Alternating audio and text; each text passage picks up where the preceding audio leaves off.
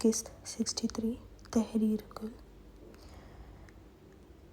شاہنواز خانزادہ نے اس کے گال پر اپنی شدت کا نشان چھوڑتے ہوئے پیچھے ہٹا۔ کشمالہ ہل بھی نہیں پا رہی تھی۔ کشمالہ نے شکوہ کن نظروں سے اسے پل کے اٹھا کر دیکھا تھا۔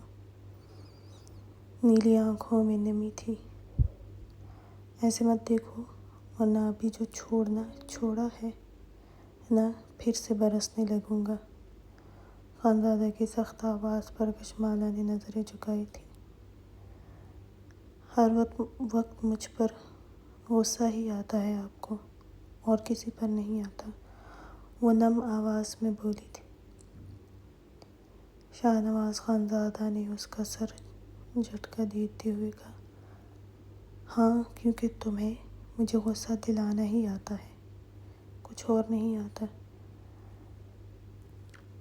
کتنی دفعہ کہا ہے میں نے کہ دور مت جھٹکا کرو مجھے، اور دور بھی نہیں کیا کرو مجھے، لیکن نہیں، تم سے تو بھول جاتا ہے، اس لیے تمہیں یاد کروانے کے لیے اپنی شدت دکھانی پڑتی ہے مجھے۔ خانزادہ نے اس کے چہرے کو دیکھا تھا جہاں وہ اپنی شدت چھوڑ چکا تھا۔ وہ اس کے کپکپاتے لبوں کو دیکھتے ہوئے بولا۔ کشمالہ کے ایک کندھے سے اس کی شرٹ پھسل چکی تھی، اور وہاں بھی اس کی رات بھر کی شدتوں کے نشان تھے۔ آپ بھی تو جا رہے تھے مجھے چھوڑ کر برق کے پاس، اور میں صرف غصہ نہیں دلاتی ہوں، رات کو آپ کے بغیر کہے ہی۔ کشمالہ نے اسے دیکھتے ہوئے منہ بناتے یاد کروایا، جیسے بہت بڑا احسان کیا تھا اس پر۔ خانزادہ کچھ لمحے اسے دیکھتا ہوا بولا، مجھے وہ بیہودہ کپڑے بہت پسند ہیں، بلکہ تمہارے وجود پر تو بہت ہی اچھے لگتے ہیں۔ تم اگر میری نظر سے دیکھو تو اچھا خاصا بندے کے ہوش اڑا دیتی ہو، اور میرا بھی اڑ گیا تھا۔ ہاں، یہ کام تم نے بہت اچھا کیا تھا۔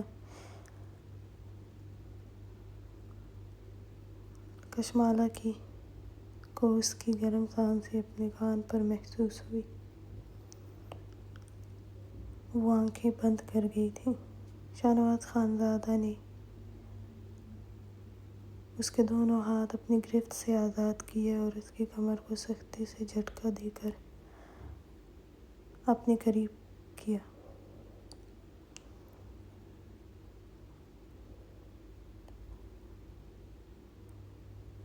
اور وہیں جھکا جہاں اس کے پہلے سے دیے گئے شدتوں کے سرخ نشان تھے۔ خانزادہ بڑی نرمی سے وہاں لب رکھتا ہوا اسے اپنے حصار میں لے چکا تھا، لیکن کشمالہ کے وجود میں کپکپاہٹ ہوئی تھی۔ وہ اس کی کپکپاہٹ اچھی طرح محسوس کر رہا تھا۔ کچھ دیر وہ اپنا نرم لمس چھوڑنے لگا، پھر دور ہوا۔ وہ آنکھیں بند کیے ہوئے تھی۔ خانزادہ نے اس کی تھوڑی کے نیچے ہاتھ رکھا اور اس کے لبوں پر انگلی پھیرنے لگا۔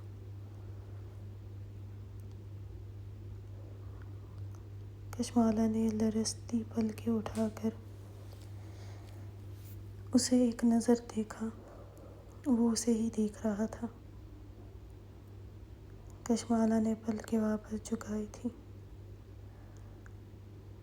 خانزادہ نے اس کے کپکپاتے لبوں پر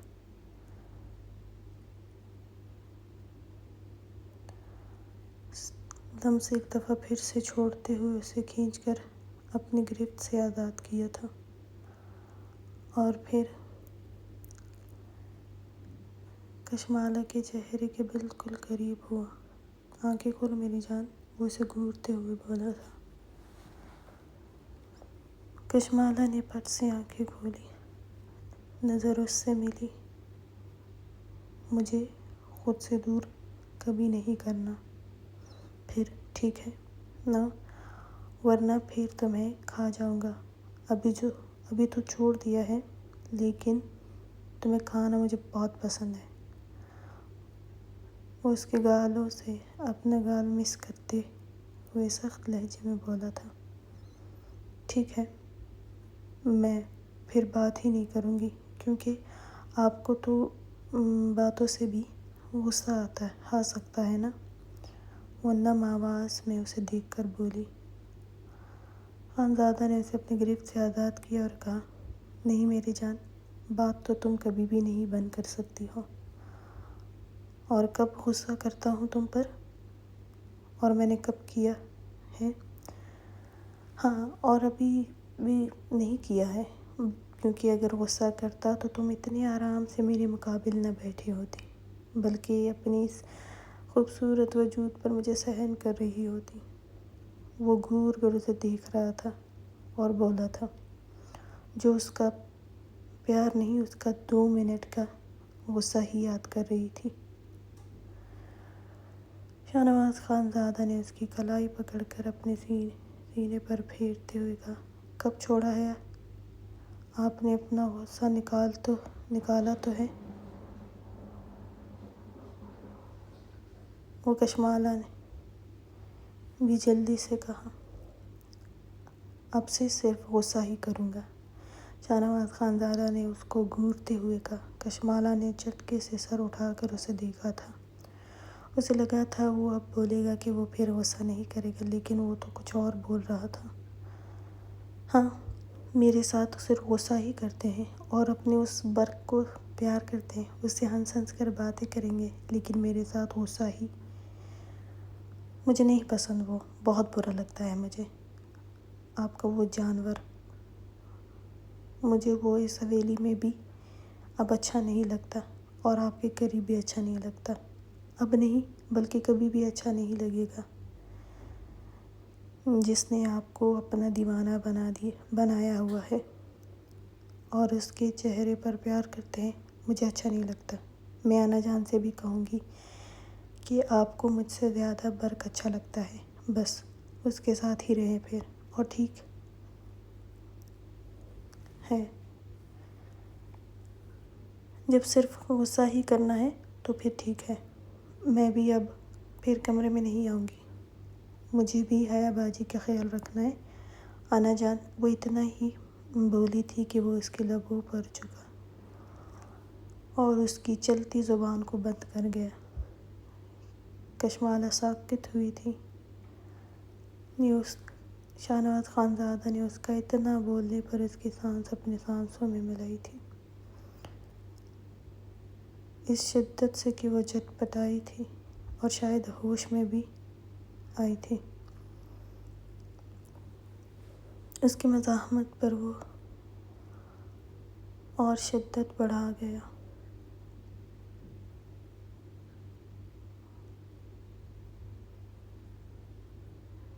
وہ اس کی سینے پر ہاتھ برسانے لگی تھی۔ خانزادہ نے وہ گہری گہری سانس لینے لگی اور ناراضگی سے اسے دیکھا۔ خانزادہ مسکرایا، پھر بولا، دیکھو، برق سے جلن بنتی نہیں ہے تمہاری، اور اس کو حویلی سے نکالنے کا پھر مت کہنا۔ کمرے میں نہ آنے کی صورت میں پھر اپنا ہی نقصان کرو گی۔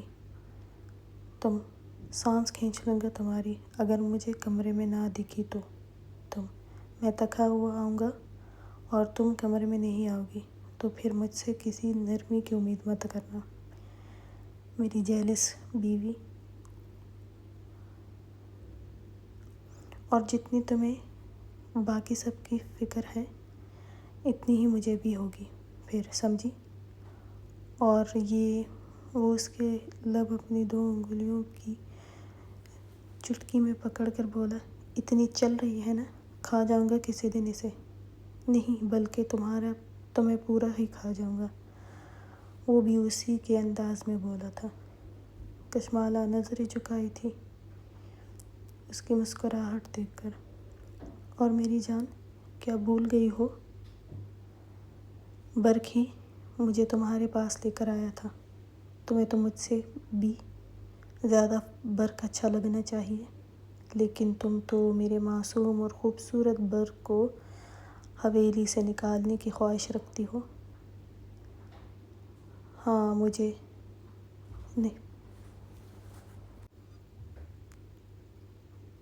نہیں پتہ تھا تم میرے برق کی دشمن ہو، اور اگر پیار کی بات ہے تو ذرا آئینے میں خود کو کس سے پیار کرتا ہوں دیکھنا، میرے پیار کی واضح ثبوت تمہارے وجود پر دکھ جائے گی، اور چہرے پر پیار کی بات ہے تو میری جان تم بھی اپنا چہرہ دیکھ لینا، رات بھر یہاں بھی اپنا پیار بھرا لمس بکھیرتا ہوں۔ وہ مسکراہٹ دبائے بولا تھا۔ کشمالہ کو بھی اب کچھ لگا تھا کہ وہ برق کے خلاف کچھ زیادہ سوچ رہی تھی، اس لیے خاموش رہی۔ شاہنواز خانزادہ کے فون پر وائبریشن ہوئی تو وہ مدھم روشنی میں اس کی نظر فون پر پڑی تھی۔ جاؤ میری زبان دراز بیوی، شاور لو، ورنہ جتنی تم مجھے اس وقت اپنے دل میں اترتی ہوئی لگ رہی ہو تو دل کہہ رہا ہے آج ایک پل کے لیے بھی تمہیں اپنے سے دور نہ ہونے دوں، اور میری یہ شرط تو اور بھی قیامت لگ رہی ہے تم پر۔ اگر اپنی خیر چاہتی ہو تو جاؤ اور شاور لو، پھر میرے ساتھ برق سے ملنے چلو۔ وہ کشمالہ کے گالوں پر کبھی کان پر لب رگڑتے ہوئے سرگوشی میں اس کے کان میں بولا تھا، اور ہاتھ بڑی بے باکی سے اس کے خوبصورت وجود پر۔ لیکن آخر میں پھر سے برق کا سن کر وہ نروٹھے پن سے بولی تھی، برق کے پاس نہیں جانا مجھے۔ وہ اپنے ہاتھوں سے اس کے چلتے ہاتھ روکنے کی کوشش کرتے ہوئے بولی تھی۔ شاہنواز خانزادہ نے اس کی شرٹ سے ہاتھ اس کی کمر پر لے جاتے ہوئے کہا، اچھا کل تو کہا تھا تم نے کہ برق کو بھی دیکھنا ہے تم نے، لیکن چلو پھر نہیں جانا جاتا تو پھر مزاحمت کیوں کر رہی ہو؟ وہ سرگوشی میں بولا تھا۔ کشمالہ اس کی بڑھتی بے باکی محسوس کرتے جلدی سے بولی، نہیں مجھے برق کو دیکھنے جانا ہے۔ وہ سرخ چہرے سے اٹکتے ہوئے بولی تھی۔ خانزادہ گہرا مسکرایا، ٹھیک ہے۔ وہ کچھ لمحوں بعد اسے چھوڑتے ہوئے بولا، اس کے فون پر بار بار کال آ رہی تھی، اس لیے کشمالہ اس کی گرفت ہلکی محسوس کرتی جلدی سے بیڈ سے اٹھی تھی اور واش روم کی طرف بھاگ گئی تھی۔ خانزادہ نے اس کی پشت کو دیکھ کر مسکرایا تھا۔ شاہنواز خانزادہ کی بیوی کو اپنے شوہر کے گوڑے سے جلن ہوتی ہے۔ وہ بڑبڑایا اور فون اٹھایا۔ حیا ابھی سو رہی تھی جب شادین خانزادہ جاگا تھا۔ شادین خانزادہ نے وقت دیکھا، پھر اپنے پہلو میں لیٹی حیا کو دیکھا جو اس سے لگی پرسکون سے سو رہی تھی۔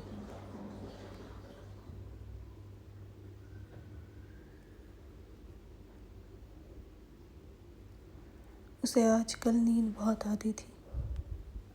وہ جانتا تھا اس کی اس حالت میں نیند کا آنا نارمل تھا۔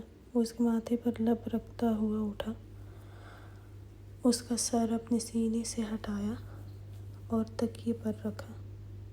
وہ چاہتا تھا کہ وہ آرام کرے، سوئی رہے، لیکن اس کے ہلنے پر حیا نے آنکھ کھول کر اسے دیکھا۔ وہ حیا کو دیکھ کر مسکرائے، بولا، سو جاؤ، آرام کرو۔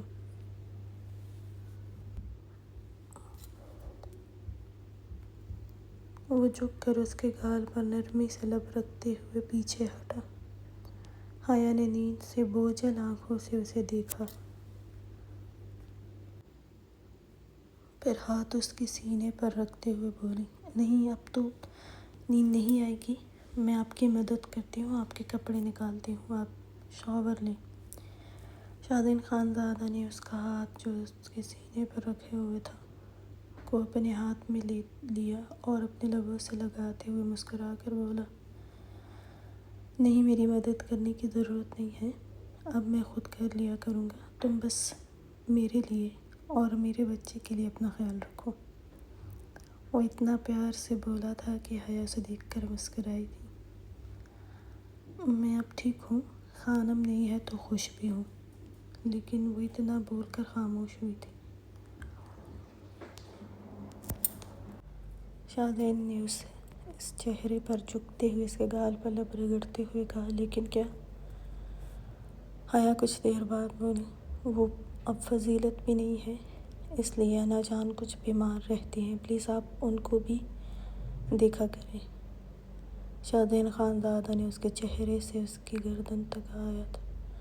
تم کسی بھی چیز کے لیے پریشان مت ہو میری جان، اور انا جان بھی ٹھیک ہے، اور فضیلت بھی یہاں واپس آ جائے گی، تمہارا بھائی اسے ہمیشہ کے لیے ہی حویلی کی قید میں کر چکا ہے۔ حیا مسکرائی تھی، مجھے لگا تھا وہ بس اپنا آپ خانم کے سامنے بچانے کے لیے کہہ رہے ہیں، لیکن انہوں نے تو سچ میں نکاح کر لیا ہے۔ شادین خانزادہ نے اس کی گردن سے چہرہ نکالتے ہوئے اس کے لبوں پر اس کا نرم گرم لمس اپنے اسے اچھا لگا تھا۔ حیا نے گھبراتے ہوئے سسکی لی۔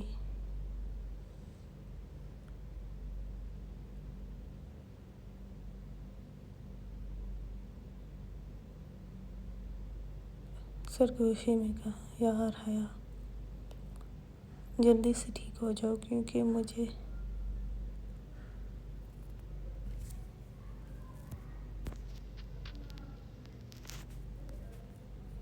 کبھی کبھی حیا نے نظریں جھکائی تھی، کبھی کبھی تو چلتا ہے نا خود کو چارج کرنے کے لیے، وہ مسکراتے ہوئے بولا تھا، انرجی تو مجھے تمہارے اس ملتی ہے۔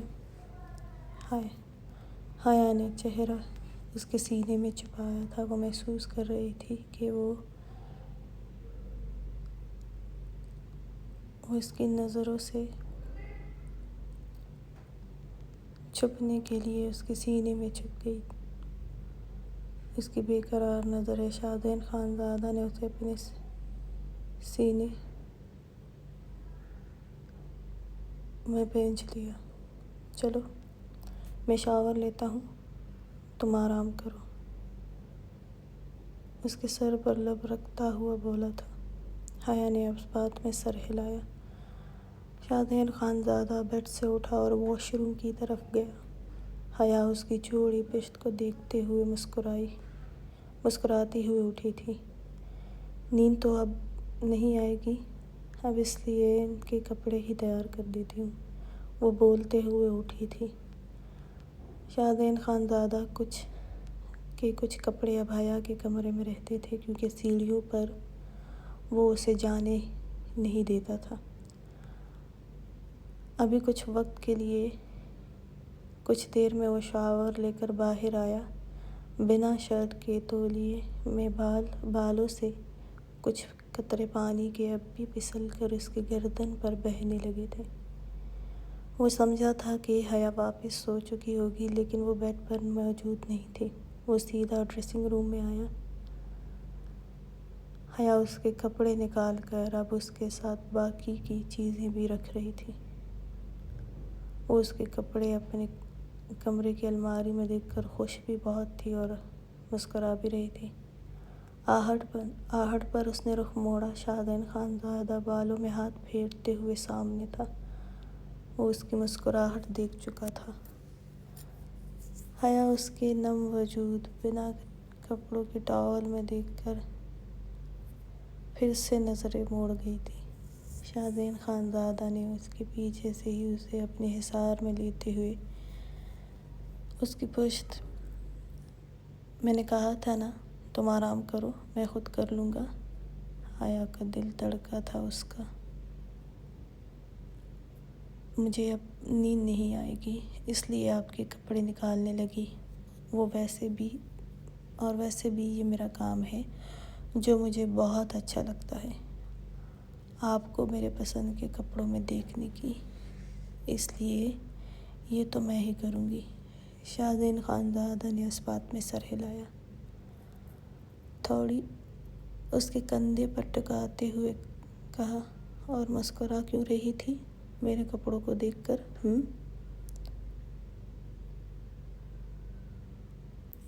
اپنے کمرے میں دیکھ کر اس لیے مسکرائی تھی۔ یہاں آپ کے کپڑے میری سب سے بڑی خواہش تھی رکھنے کی۔ میری خواہش ہوتی تھی کہ یہاں ہو۔ وہ اس بات میں سر ہلا گیا۔ حیا اسے نہیں دیکھ رہی تھی۔ شاہزین خانزادہ نے کہا، اچھا میں اپنی باقی چیزیں بھی لے آتا ہوں، لیکن اب تمہارا کمرہ نہیں ہے، تمہارا کمرہ اوپر ہے، تو اس لیے میرے بچے کے آنے کے بعد تم اپنے کمرے میں جاؤ گی۔ حیا نے مسکراتے ہوئے اس بات میں سر ہلایا، یار میری چادر تو نہیں نکالی تم نے؟ وہ کہتے ہی الماری میں دیکھنے لگا اور دراز کھولا۔ ہاں وہ میں منگواتی ہوں آپ کے کمرے سے، لیکن شاہزین خانزادہ تو دراز میں اپنی اجراک دیکھ کر کچھ پل حیران ہوا تھا۔ یہ اجراک 2 سال پہلے گم ہوئی تھی، لیکن یہ یہاں کیسے ہے؟ وہ ہاتھ بڑھا کر وہ اجراک نکالی اور حیا کو دیکھا۔ وہ ایک دم گھبرائی تھی۔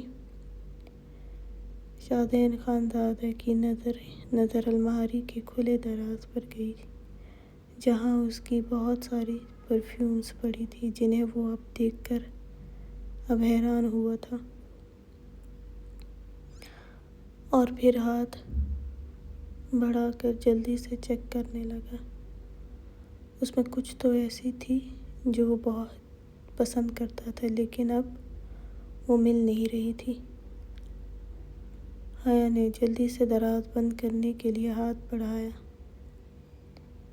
لیکن وہ شاہزین خانزادہ کی گرفت میں آ چکی تھی۔ حیا کا دل تھا کہ تیزی سے دھڑکنے لگا تھا۔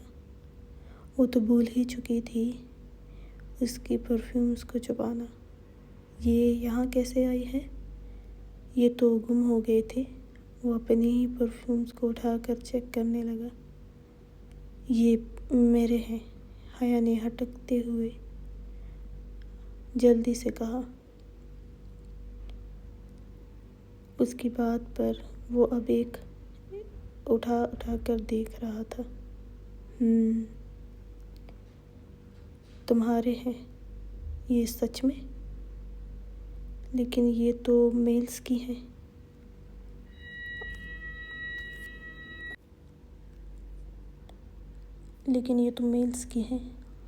اور وہ بھی میری پسند کی۔ وہ تھوڑا سا جھک کر اس کے پیچھے کھڑا، اس کے کان کے قریب ہوتے بولا، حیرانی والی بات ہے یہ سب مجھ سے گم ہو گئی تھی۔ حیا خاموش رہی تھی، کچھ بولا ہی نہیں گیا۔ اس کی چوری پکڑی گئی تھی، اس لیے اور جھوٹ نہیں بول سکتی تھی۔ شاہزین خانزادہ نے اس کا رخ اپنی طرف موڑا اور مسکراتے ہوئے اسے گھورا۔ میں اپنی پرفیومز کو ڈھونڈتا رہتا تھا، لیکن کبھی مجھے ملی نہیں۔ پھر مجھے لگتا شاید میں ہی کہیں اپنے ساتھ لے جا کر واپس لانا بھول گیا ہوں گا۔ میری چورنی، میری اتنی اچھی پرفیومز تم نے یہاں چھپائی ہیں؟ ہاں، اور جب میں تم سے پوچھتا تھا جھوٹی کتنی صفائی سے مکر جاتی تھی کہ مجھے تو نہیں پتا۔ آپ ہی کہیں چھوڑ کر آئے ہیں۔ چلو، اجراک تو میرے پاس اور بھی تھی، لیکن یہی اجراک سب کو پسند آئی تھی۔ یہی کیوں اٹھائی تم نے؟ وہ اپنی براؤن اجراک کی طرف دیکھ کر بولا تھا۔ وہ یہ اجراک اپنے دوستوں کے ساتھ گیدرنگ میں پہن چکا تھا۔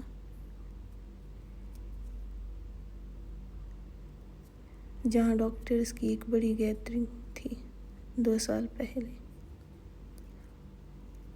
اور سب نے بہت تعریف کی تھی اس کی۔ یہ ازمیر نے اس کے لیے تیار کروائی تھی، اور پھر اس نے یہ اجراک پھر نہیں دیکھی تھی، تو یہ یہاں تھی۔ وہ حیا کو کلائی سے پکڑ کر الماری بند کرتا ہوا اسے الماری کے ساتھ لگا گیا۔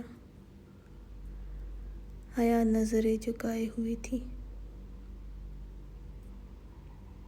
چورنی، میری کیا چیزیں چوری کی تم نے؟ ہاں، مجھے لگا تھا تم میرے کمرے کی صفائی کرواتی ہو تو کوئی چیز ملازمہ تو نہیں لے سکتی، لیکن یہاں تو صفائی کروانے والی ہی چور نکلی۔ ہاں، اتنی صفائی سے چوری کی کہ مجھ معصوم کو دیکھو ذرا، جو سوچتا تھا کہ میں ہی اپنے پرفیومز کہیں بھول گیا ہوں گا۔ ہاں، وہ حیا کے ایک طرف ہاتھ رکھتے ہوئے مسکراتے ہوئے بولا تھا۔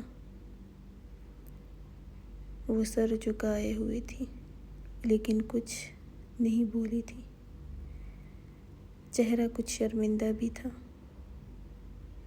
اور کچھ وہ صرف تولیے میں تھا اس لیے نظر نہیں اٹھائی تھی۔ شاہدین خانزادہ نے اس کے بالوں میں نرمی سے ہاتھ الجھاتے ہوئے اس کا چہرہ اوپر کیا اور اپنے سامنے کیا، لیکن حیا نے جلدی سے آنکھیں بند کی تھی۔ شاہدین خانزادہ شریر مسکراہٹ سے بولا، آنکھیں بند کرنے سے مجھ جیسا جن ٹل تو نہیں سکتا جان من، اس لیے ذرا میری نظروں سے نظریں ملا کر اپنی چوری کا اعتراف کرو۔ کافی کچھ مجھ سے چرایا ہے تم نے، اور بہت قیمتی بھی ہے، جنہیں میں بڑے شوق سے خریدتا تھا، اور وہ گم ہو جاتی تھی۔ یہ تمہاری الماری میں موجود ہے، جواب تو دینا پڑے گا نا۔ حیا نے نہ کوئی جواب دیا اور نہ ہی آنکھیں کھولی تھی۔ شاہدین خانزادہ نے جھک کر اس کے لبوں پر اسے آنکھیں کھولنے پر مجبور کیا۔ شاہدین خانزادہ نے اسے آزاد کرتے ہوئے مسکرا کر کہا، میری چیزیں کیوں چوری کی؟ میری چورنی؟ حیا نے نظریں چراتے ہوئے آہستہ سے کہا، میں نہیں چاہتی تھی کہ آپ یہ سب استعمال کریں۔ اچھا، وہ کیوں؟ شاہدین خانزادہ نے حیرت سے پوچھا۔ حیا نے لبوں پر زبان پھیرتے ہوئے کہا، کیونکہ ازمیرد نے بتایا تھا کہ آپ اتنا تیار ہو کر جاتے ہیں کہ لڑکیاں بھی آپ کی طرف اٹریکٹ ہوتی ہیں، اس لیے میں وہ ہٹا دیتی تھی۔ میں چاہتی تھی کہ یہ صرف میرے پاس ہی رہے۔ شاہدین خانزادہ نے کہا، اور اجراک نے چوری کی؟ حیا کا دل زور زور سے دھڑک رہا تھا، اس لیے کہ مجھے اچھا لگا تھا، اس لیے میں نے لے لیا تھا۔ وہ اٹکتے ہوئے بولی تھی۔ میں نے چوری نہیں کیا تھا، یہ آپ نے کہا تھا کہ میں آپ کے دھونے والے کپڑے نکال لوں تو میں نے نکال دیا۔ آپ نے یہ بھی کہا تھا کہ میں آپ کے نا استعمال کرنے والے کپڑے بھی نکال دوں تو میں نے یہ بھی نکال دیا تھا۔ شادین خانزادہ نے اس بات میں سر ہلایا تو تمہیں لگتا تھا کہ میں یہ بھی نہیں پہنوں گا؟ حیا نے کچھ نہیں کہا، خاموش رہی، اسے خاموشی سے دیکھ رہا تھا۔ میں نہیں چاہتی تھی کہ آپ یہ آمنہ کے ساتھ جاتے ہوئے پہنیں، وہ نظریں اٹھا کر بولی اور پھر نظریں جھکا گئی تھی۔ مجھے پتا تھا کہ ازمیردہ نے انا جان کو بتایا تھا کہ آپ اپنی دوست کے گھر کسی شادی پہ جانے والے ہیں تو آپ یہ پہنیں گے، اور میں نہیں چاہتی تھی کہ آپ یہ پہنیں۔ حیا نے اس کو دیکھ کر کہا۔ وہ سوچ کر رہ گیا اس لڑکی کو جو اسے خاموش عشق کرتی تھی۔ اس کا دل کیا اسے اپنے وجود میں پینج لے۔ اور تم کیوں نہیں چاہتی تھی؟ اس نے مسکراتے ہوئے پوچھا۔ حیا نے ناراضگی سے اسے دیکھا۔ آپ نہیں جانتے ہیں کیا؟ شادین خانزادہ اس کے چہرے پر جھکا اور سرگوشی میں بولا، جانتا ہوں، لیکن پھر بھی اگر بول دو گی تو آج کا دن بہت اچھا گزر جائے گا۔ ویسے تم تو بہت پہلے سے جلتی تھی، اگر مجھے پہلے بتا دیتی تو پہلے ہی نکاح کر لیتا۔ حیا نے نظریں جھکاتے ہوئے کہا، نہیں کرتے یہ بھی، میں نے کیا ہے، بلکہ آپ دو لگاتے مجھے۔ حیا نے اس انداز میں کہا کہ وہ زور سے ہنسا۔ ہاں لگاتا، لیکن پھر سوچنے لگتا نا تمہارے لیے، کیونکہ تمہیں پریشان یا اداس میں نہیں دیکھ سکتا ہوں کبھی بھی، یہ تم بھی جانتی ہو۔ شادین خانزادہ کی بات پر وہ مسکرائی تھی۔ ویسے دو تو ضرور لگاتا کہ اتنی سی عمر میں تمہیں مجھ سے محبت ہوئی ہے۔ حیا نے گھور کر اسے دیکھا تھا۔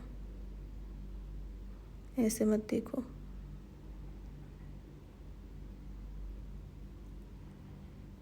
تم ابھی وہ گمبھیر آواز میں بولا۔ حیا نے بے اختیار نظریں جھکائی تھی۔ شادین خانزادہ نے اس کے گال پر اپنی بریڈ رگڑتے ہوئے کہا، چاہو تو میری زندگی بھی لے لو، اس پر صرف تمہارا ہی حق ہے۔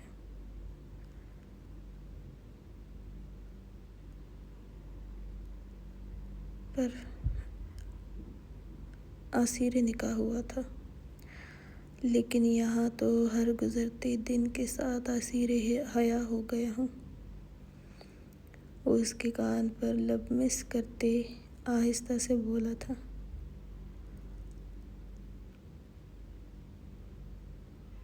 اس کے بالوں کو بھی آزاد کرتا گیا تھا۔ حیا نے بے تحاشا دھڑکتے دل سے جلدی سے کہا، مجھے بھوک لگ رہی ہے۔ اس کی بڑھتی ہوئی ہاتھ کی حرکت محسوس کرتے ہوئے جلدی سے بولی۔ شادین خانزادہ نے اس کی آواز پر چہرہ نکالتے ہوئے اسے دیکھا۔ بھوک مجھے بھی لگ رہی ہے، لیکن تمہاری۔